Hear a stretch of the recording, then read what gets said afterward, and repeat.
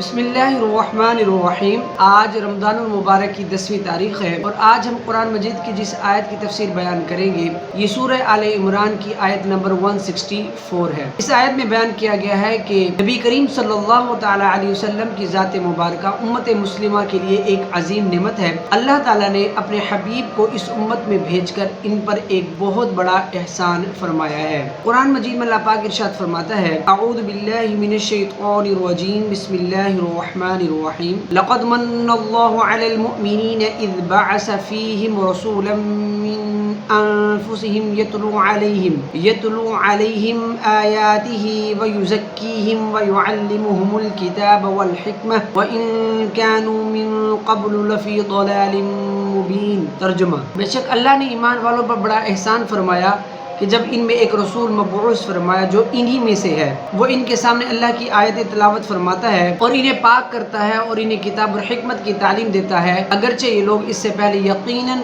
کھلی گمراہی میں پڑے ہوئے تھے۔ تفسیر: لقد من اللہ علی المؤمنین، بے شک اللہ نے ایمان والوں پر بڑا احسان فرمایا کے تحت مفتی صاحب فرماتے ہیں، عربی میں منت عظیم نعمت کو کہتے ہیں۔ مراد یہ ہے کہ اللہ تعالیٰ نے عظیم احسان فرمایا کہ انہیں اپنا سب سے عظیم رسول عطا فرمایا۔ کیسا عظیم رسول عطا فرمایا کہ اپنی ولادت مبارکہ سے لے کر وصال مبارک تک اور اس کے بعد کے تمام زمانے میں اپنی امت پر مسلسل رحمت و شفقت کے دریا بہا رہے ہیں، بلکہ ہمارا تو وجود بھی نبی کریم صلی اللہ تعالی وسلم کے صدقے سے ہے۔ اگر آپ صلی اللہ تعالی وسلم نہ ہوتے تو کائنات میں اور اس میں بسنے والے بھی وجود میں نہ آتے۔ پیدائش مبارکہ کے وقت ہی آپ صلی اللہ تعالی وسلم نے ہم امتیوں کو یاد فرمایا، شب معراج میں رب العالمین عز و جل کی بارگاہ میں یاد فرمایا، وصال مبارک کے بعد قبر انور میں اتارتے ہوئے بھی دیکھا گیا تو نبی کریم صلی اللہ علیہ وسلم کے لبھائے مبارک پر امت کی نجات و بخشش کی دعائیں تھیں۔ آرام دہ راتوں میں جب سارا جہان محو استراحت ہوتا تو پیارے آقا صلی اللہ تعالی علیہ وسلم اپنا بستر مبارک چھوڑ کر اللہ تعالی کی بارگاہ میں ہم گناہ گاروں کے لیے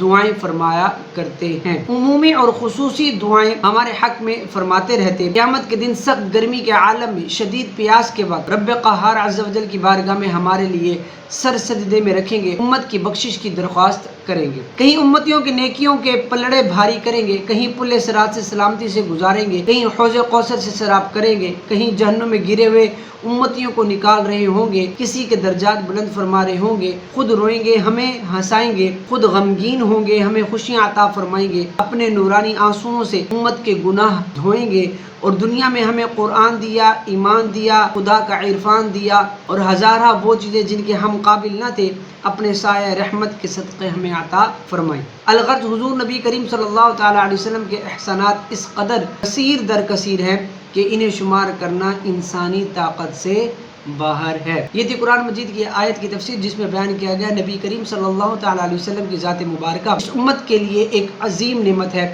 اور اللہ تعالی نے اپنے حبیب کو اس امت میں بھیج کر اس امت پر ایک عظیم احسان فرمایا ہے۔ اب آپ ایک فرمان مصطفیٰ صلی اللہ تعالی علیہ وسلم بیان کرتے ہیں، اس کا موضوع ہے کہ نماز تراویح سے صغیرہ گناہ معاف ہو جاتے ہیں۔ نبی کریم صلی اللہ تعالی علیہ وسلم نے ارشاد فرمایا، جو رمضان میں ایمان کے ساتھ اور طلب ثواب کے لیے قیام کرے تو اس کے گزشتہ گناہ بخش دیے جائیں گے۔ شرح: مفتی احمد یار خان نعیمی رحمۃ اللہ تعالی علیہ سے حدیث کے تحت فرماتے ہیں، تراویح کی پابندی کی برکت سے سارے صغیرہ گناہ یعنی چھوٹے گناہ معاف ہو جاتے ہیں، کیونکہ کبیرہ گناہ یعنی بڑے گناہ توبہ سے اور حقوق العباد اللہ تعالیٰ کی بارگاہ میں توبہ کے ساتھ حق والے کے معاف کرنے سے معاف ہوتے ہیں۔ یہ تھا فرمان مصطفیٰ صلی اللہ تعالی علیہ وسلم جس میں بیان کیا گیا کہ نماز تراویح سے انسان کے صغیرہ یعنی چھوٹے گناہ معاف ہو جاتے ہیں۔ اب ہم ایک فقہی مسئلہ بھی بیان کرتے ہیں۔ روزہ توڑنے والی چیزوں کا بیان جاری تھا، آج اس کے حوالے سے مسئلہ نمبر 10 ہے۔ دوسرے کا تھوک نگل لیا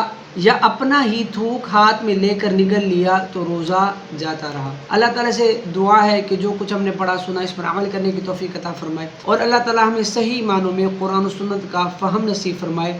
آمین۔ جزاک اللہ۔